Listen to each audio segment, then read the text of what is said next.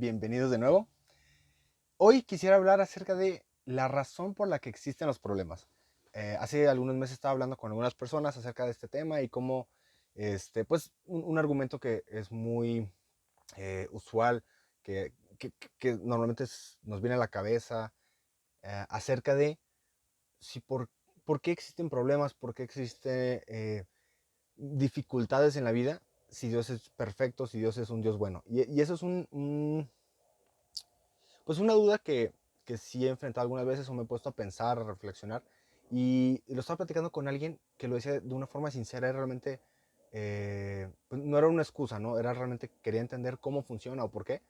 Y Dios me guió a través de esa conversación, pero también me llevó a ver que a veces son dudas que es bueno realmente, son buenas las dudas porque nos llevan a la palabra. Si nos alejan o nos quedamos con la duda, pues no sirven de nada. Pero si la duda nos lleva a acercarnos a Dios, es bueno. Y ahí empezamos, ¿no? Podríamos ver la duda como un problema, pero nos lleva a Dios, o nos debería llevar a Dios. Pero específicamente hablando de problemas, dificultades, por qué la vida es injusta, todo ese tipo de cosas, eh, es complicado de resumir, pero voy a intentar de decirlo lo más claro y pues bíblicamente posible, porque la Biblia pues se habla de los problemas, pero para eso necesitamos empezar viendo el primer aspecto, eh, que es la caída. La caída, hablando en el contexto de que cuando Dios creó la tierra, Dios creó el universo y creó a Adán y Eva, les dio una instrucción, les dijo, pueden comer de todos los árboles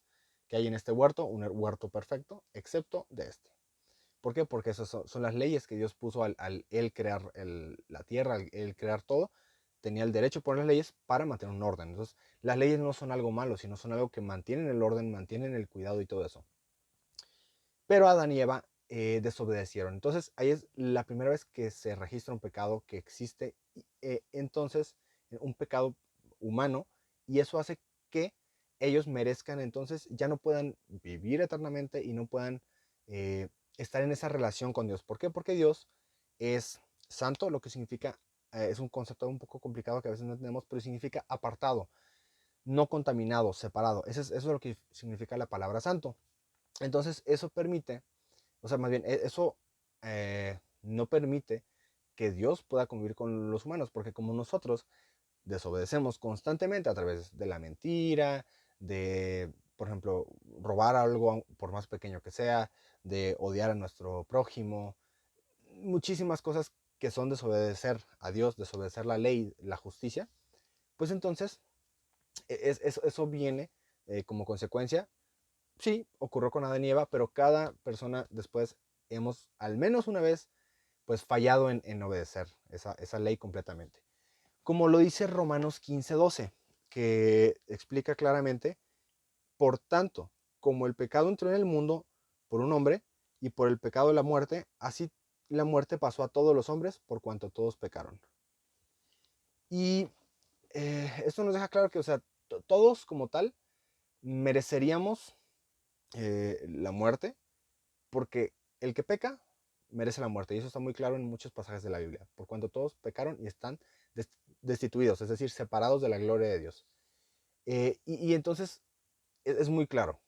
Podríamos empezar por ahí y ya ver que con ese aspecto implica que nuestra injusticia al desobedecer a Dios es como suficiente problema o suficientemente malo como para que las consecuencias sean injustas, ¿no? Entonces, por eso vivimos en un mundo en el que hay corrupción, o sea, no hay realmente bondad, no hay algo que podamos decir, esto es justicia. ¿Por qué? Porque está pues lleno de humanos, que somos imperfectos y cometemos errores. Pero a pesar de eso, como dice Génesis 6:5, y vio Jehová que la maldad de los hombres era mucho en la tierra, y que todo designio de los pensamientos del corazón de ellos era de continuo solamente el mal.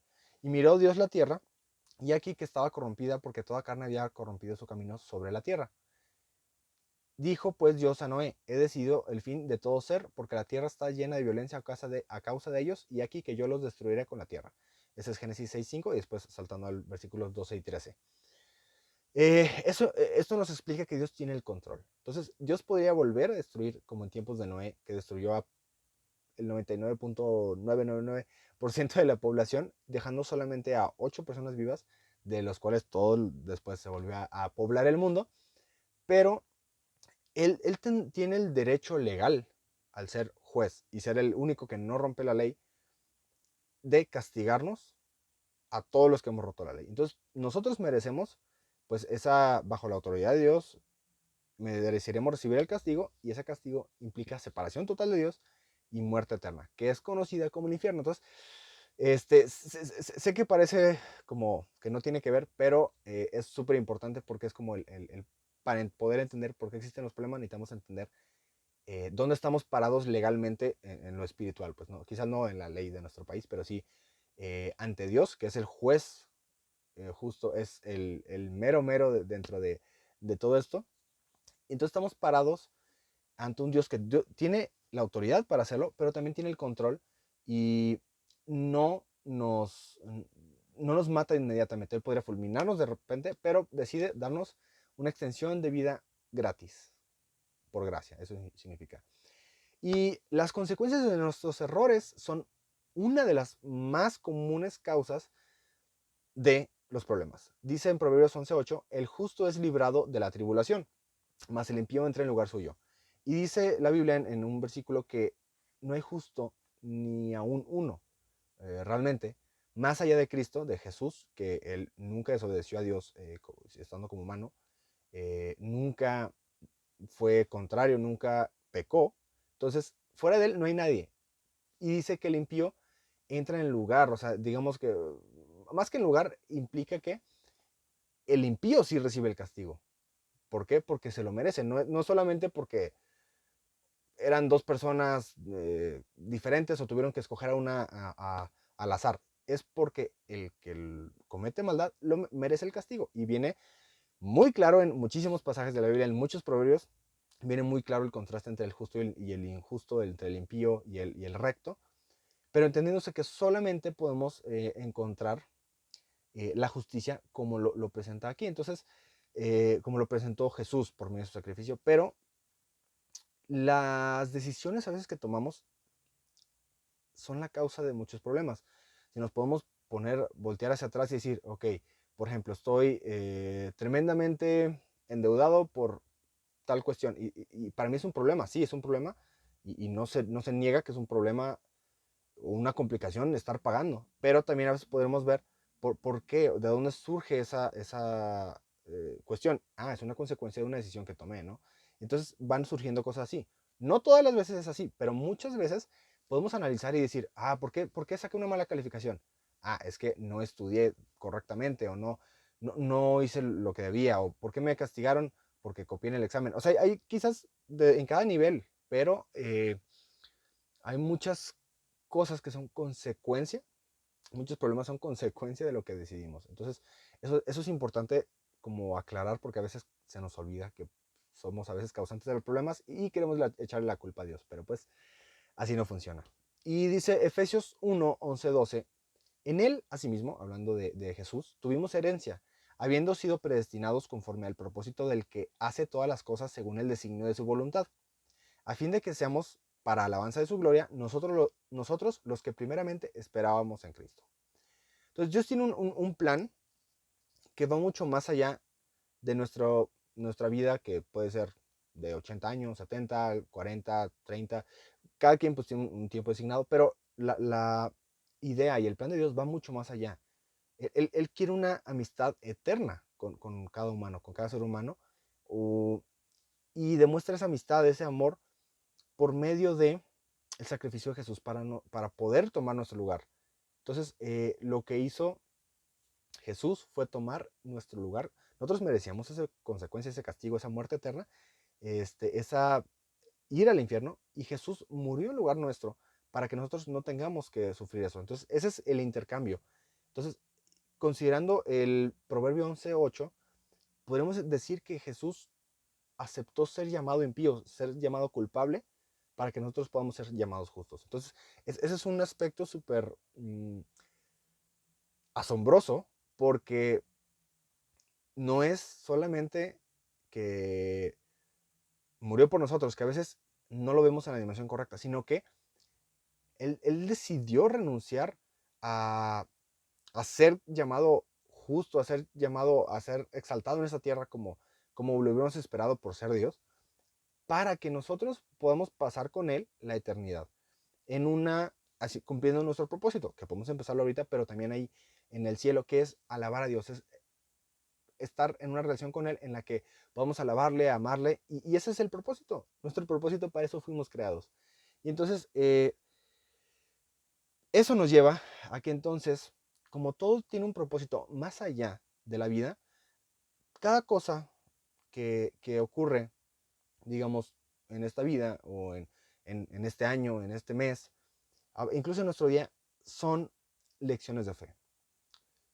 Les podemos llamar así, es como complicado entenderlo o a veces aceptarlo, asimilarlo, porque cuando estamos en el problema, realmente nos sentimos sobrecogidos por la angustia, la ansiedad, el afán, o la impaciencia, la preocupación, a veces, o a veces simplemente quizás no estamos tan preocupados, pero sabemos que es un problema, hay que afrontarlo, hay que resolverlo. Y dice Romanos 8:28, este versículo apréndanselo de memoria porque es muy bueno para recordar cuando estamos en una situación difícil, en una prueba. Y dice que, y sabemos que a los que aman a Dios, todas las cosas les ayudan a bien. Esto es, a los que conforme a su propósito son llamados. Eso implica que el que ama a Dios, recordemos que amar a Dios es en consecuencia de que Él ya nos amó. Entonces, el amarle es seguirle, es obedecerlo y aceptar su amor, su perdón, su salvación, su amistad. Y Él nos tiene un propósito y nos ayuda a vivirlo. Y parte de vivirlo son las lecciones de fe.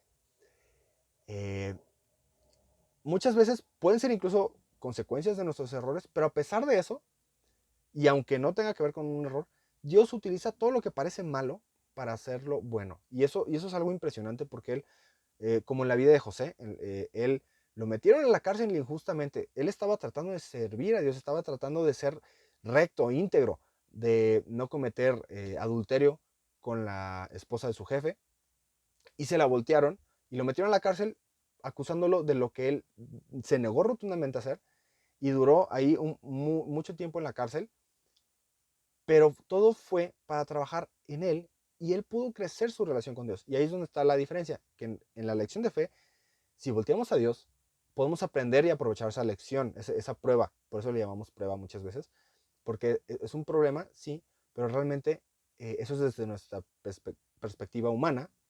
Desde la perspectiva de Dios es una lección en la que nos va a ayudar a confiar en Él, a entender que nosotros no tenemos el control, pero Él sí.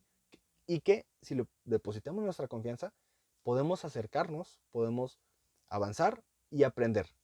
Si no aprendemos, vamos a tener que repetirla, quizás no exactamente igual, pero hay que repetir la lección, y pues está peor, ¿no? Entonces, a veces puede parecer que si estamos obedeciendo a Dios nos va más mal o tenemos más problemas, pero es por esto, porque estamos aprendiendo. Es como si estuviéramos entrenando, estuviéramos haciendo un ejercicio en lugar de físico, es espiritual, pero si estás haciendo una rutina física, te va a cansar. Y hay quienes dicen, no, pues es que este, si no sudo, no funciona, ¿no?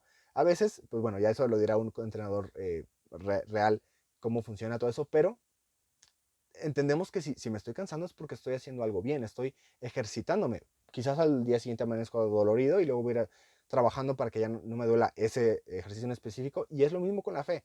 La fe necesitamos ejercerla, ejercitarla, por medio de problemas, porque es donde realmente somos probados. Dice Santiago 1:2-6 que, hablando Santiago, hermanos míos, tened por sumo gozo cuando os halléis en diversas pruebas, sabiendo que la prueba de vuestra fe produce paciencia. Mas tenga la paciencia su obra completa para que seáis perfectos y cabales, sin que os falte cosa alguna. Y si alguno de vosotros tiene falta de sabiduría, pídala a Dios, el cual da a todos abundantemente y sin reproche, y le será dada. Pero pida con fe, no dudando nada, porque el que duda es semejante a la onda del mar, que es arrastrada por el viento y echado de una parte a otra.